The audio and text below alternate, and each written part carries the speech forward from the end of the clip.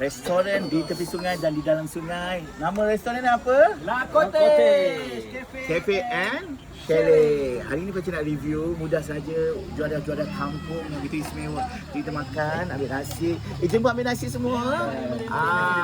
Itu dia. So nasi pun bertutupkan dengan daun pisang, memang rasa aroma yang sangat-sangat menyegarkan.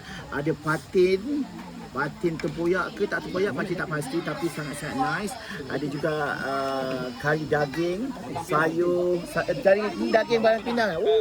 Ada sambal, ada telur dadah dan ayam percik. Jadi Pakcik nak review satu-satu. Izinkan Pakcik review ya kawan-kawan. Kita nak ambil sikit rasa. Rasa kat sini. Wow, nampak macam ni. Alright, kita letak sikit. Kita nak rasa yang ni pula, nak ambil yang ni. Bismillahirrahmanirrahim. Allahumma barik lana fi ma saqana. Nak Zabana makan. Wow, panas. Patin tempoyak. Amazing. Memang panas-panas, merinding, meremang. Dan Pakcik nak rasa pula dia punya daging batang pinang. Kawan-kawan, Pakcik makan dulu boleh? Boleh. Sambil-sambil kita ni. Bismillah. Ni. Lembutnya. Dan kari dia,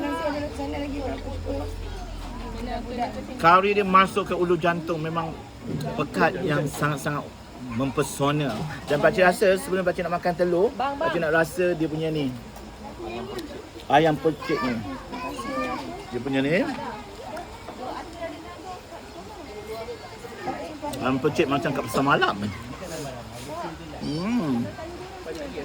Ayam percik ni, dia punya kuah dia, sos dia dengan sos yang sangat-sangat limited edition. Pakcik rasa dia tak berapa pedas dan boleh makan untuk kanak-kanak.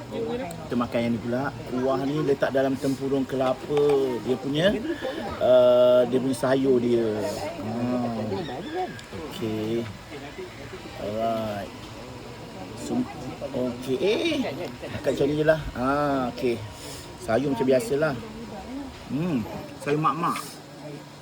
Sayur memang sedap. Dan macam rasa sambal belacan beserta telur. Okay. So rasa telur sikit. Macam ambil telur ya. Kari daging.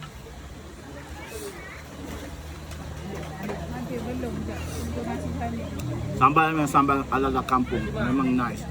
Apa-apa pun, kalau korang dapat pengalaman makan tepi sungai dalam sungai ni, satu yang mempesona. Kawan-kawan, selamat Hari Ibu Pakcik ucapkan. Terima kasih Pakcik. Jemputlah menjamu selera. Mada-mada. Ada? Conclusion dia, nasi panas dengan juadah yang macam ni memang meninggalkan nostalgia. Pakcik boleh bagi 9.3/10. Memang sedap sangat.